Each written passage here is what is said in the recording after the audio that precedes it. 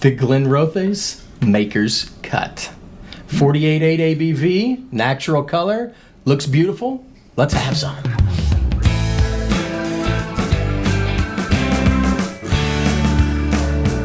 Hey guys, Hey, what? Hey guys, it is Scotch for Dummies. 4 guys on the Scotch journey to help you with your next Scotch purchase. And I hope it's this. Our I journey hope takes so. us to Glenrothes. I like Glenrothes. The Glen of the Rothes. Well, so we've had mixed reviews on the Glenrothes line, right? downs. The one thing that we did like was that it's reasonably priced, right?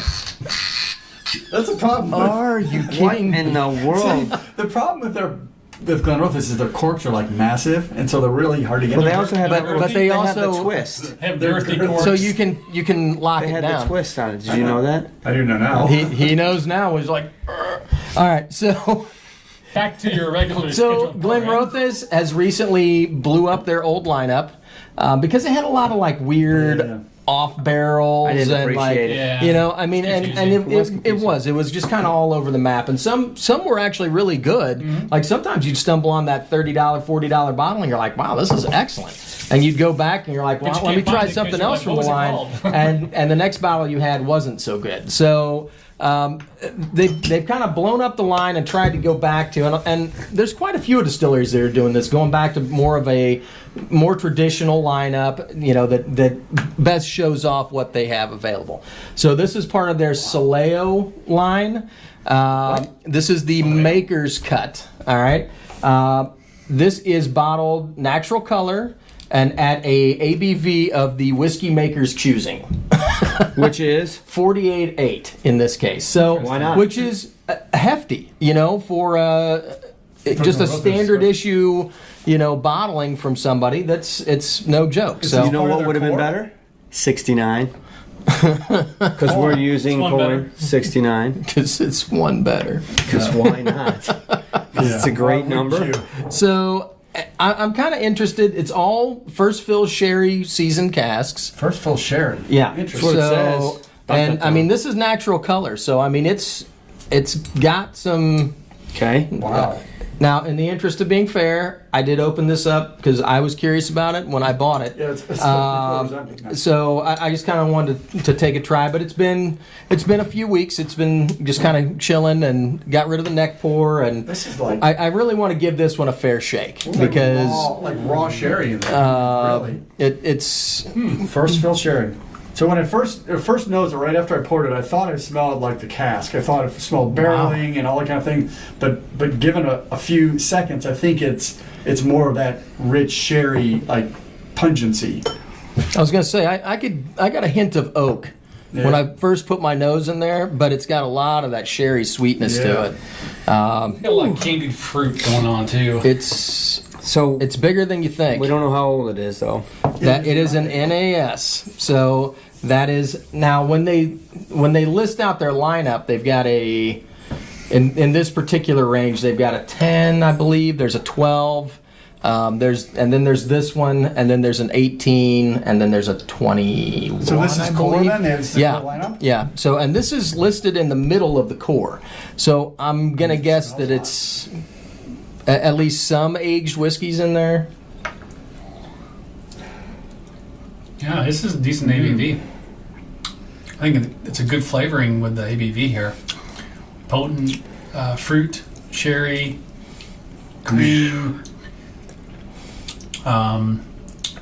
raisin. The hint. This is a tiny bit of raisin, not much. I'm getting oak. And that sherry, rich sherry. I mean, it's almost like drinking a bottle of sherry. It's not. The oak is very prevalent. I'm kind of surprised, but it's got some of those vanillas. It's got some stewed fruits in there. It's good. There's a lot of flavor here. A lot. I actually, even on first sip, I kind of want to put some water on it because I think that there's a lot of stuff hiding. Yeah. And this has been open for a few weeks too. So, I mean, it's had a chance to kind of breathe a little bit. But 49%, 48.8, it's bringing its A game.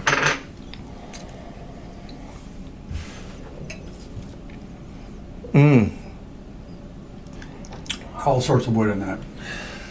I'm surprised that there's that much oak influence. I don't know if they use Nice little caramel going too. Yeah. Small sherry or what? I don't know. All right, so I got fresh leather, caramel. I've got a potpourri, sort of. I definitely, that sherry is definitely, and the nose is wonderful. The nose is really good. It's really good. First taste was creamy sherry deliciousness. You know what? I'm not gonna let the fact this is an NAS judge my rating here, man. No, so far, it's just I wasn't even thinking about the age. I'm just thinking about the complexity of flavor with the vanilla. sherry, with the whiskey influence. I mean, It's a good sherry bottle here. yeah, it's definitely a sherry bomb. It's a sherry bomb. good finish too. A nice oak on the trailing end of that finish. Is it balanced or is it just kind of hit and miss? I think that it's got a reasonable amount of balance to it. I think that it could sit in a barrel longer and be better, It could mature, yeah. but I don't think that it's hurting anything at this point. So you got to be careful with all these kind of flavors we're pulling out really disjointed flavor profiles. The question is, do they come together well, or is it like pop, pop, pop, pop, pop, and it just doesn't? No, work? I think it flows fine. I think it works pretty well. I agree. I get the nose does blend into the palate pretty well. I just need to give it a second to think, or to let me think about how it works. I think that it has. Scotches like this are interesting because it's got a lot of character. There's a lot of things going on in the glass. And so it is easy to get kind of overwhelmed or fixated on one or two things. I'm going to put a little water on and see if it opens up a little bit, because I think it's got a little more to give, honestly. Yeah, I think you're right. But it's really nice at 48.8. I was going to say, don't knock it at 48.8. I think the palate's It's a really really good tasty. ABV. I'll tell you what, their master distiller picked this particular percentage to be at, and I'm not gonna argue with him. It's really good. What's that cat's name? Either Corden or Gordon. I can't tell if that's a C or a G. I don't know. It's hard to read his signature, but Something interesting that I've started doing, and you've probably seen me a couple of times already. We've had Dan on recently, talked about how to smell and stuff, and really exhale and stuff. You've watched me a couple of times already. I'm going like this. I'm exhaling through my nose like this, and for some reason for me, I can really concentrate on some of the tastes and smells just from doing that for some reason versus just doing it like this. You might want to give it a I try. thought you were trying to do a Bane impression or something. It's huffing. I don't think this is the right way to do. I'm sorry. Wow, that brought out chocolate. That brought out milk chocolate. It's got a lot more bitterness. So my finish, it's way bitter. Yeah, I lost a lot of the sweetness. The bitter sweet is sherry, gonna but the finish. bitterness of dark chocolate, all those kind of. I got There's a milk little bit of chocolates. I still got spice a lot too of creaminess in there. that I'm getting. It's Yeah. Interesting. I have to say, Wow. I think he was right. The 48.8% is a better balance between the sweetness and the. I'm gonna let it sit for a second though and see if it comes back a little bit. But More on. did you overwater? No, let's put more. Just thirsty? I feel you, man. So It's good, this is man. a great explanation of what you can do with the Scotch. Yeah? Yeah, man. So with this one particularly, and you have to try it with every Scotch you get because they're all different.